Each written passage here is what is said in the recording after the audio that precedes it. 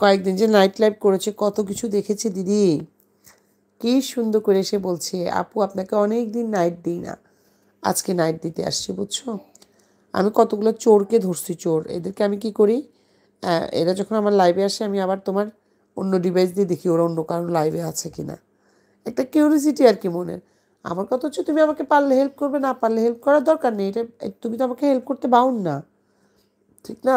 মিথ্যা কথা বলার দরকারটা কি বলো, চিট করার দরকারটা কি? আমার সুযোগ থাকলে আমি তোমাকে হেল্প করে দিব, সুযোগ না থাকলে করবো না।